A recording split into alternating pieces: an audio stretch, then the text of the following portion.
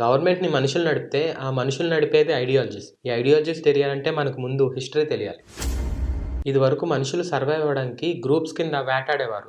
Tribes ఉండేవి. ఆ ancient పీరియడ్‌లో ల్యాండ్స్, కింగ్, గవర్నమెంట్ ఇవేమీ లేవు. ఆ తర్వాత వ్యవసాయం వచ్చింది. భూమికి వాల్యూ పెరిగింది. దాంతో ఫ్యూడల్ సిస్టమ్ అనేది స్టార్ట్ అయింది. భూమి ఉన్నవాడు రాజైతే, భూమి లేనివాడు రైతయ్యాడు. అక్కడ రాజే గవర్నమెంట్, రాజు చెప్పిందే లా. ఆ తర్వాత రాజు, రాజ్యాలు ఇవేమీ వద్దు అని చెప్పి ప్రతి ఇండివిడ్యువల్‌కి రైట్స్ ఉండాలని లిబరలైజేషన్ వచ్చింది. కానీ అది పూర్తిగా ఇంప్లిమెంట్ కాకుండానే ప్యారలల్‌గా ఇండస్ట్రియల్ రెవల్యూషన్ కూడా వచ్చింది. ఫ్యాక్టరీస్ వచ్చాయి, మెషిన్స్ వచ్చాయి. ప్రొడక్టివిటీ అండ్ వర్క్ ఈ 2 చాలా పెరిగాయి. దాంతో ల్యాండ్‌ని రీప్లేస్ చేస్తూ మనీ వచ్చింది. ఆ మనీ వల్ల క్యాపిటలిజం స్టార్ట్ అయింది.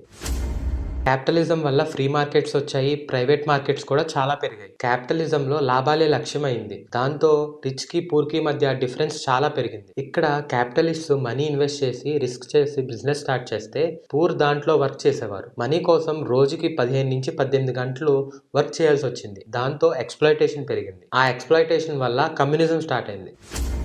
కమ్యూనిజం నుంచి యూనియన్స్, వర్కర్ రైట్స్ అలా చాలా వచ్చాయి. 9-5 అనే జాబ్ యొక్క రూల్ కూడా ఇందులోంచే వచ్చింది. ఇప్పుడు మోడర్న్ స్టేట్‌లో మనం కాన్స్టిట్యూషన్ ఫాలో అవుతున్నాం. కాన్స్టిట్యూషనే మనకు అన్ని రైట్స్ ఇచ్చింది. ఫ్రీ మార్కెట్ కూడా ఇస్తుంది. అండ్ డెమోక్రసీ వల్ల మన లీడర్‌ని మనమే ఎలక్ట్ చేసుకుంటున్నాం. సో హిస్టరీలో ఇలా ఐడియాలజీస్ వల్ల గవర్నమెంట్ అనేది షేప్ అయింది. So thank you. జై హింద్.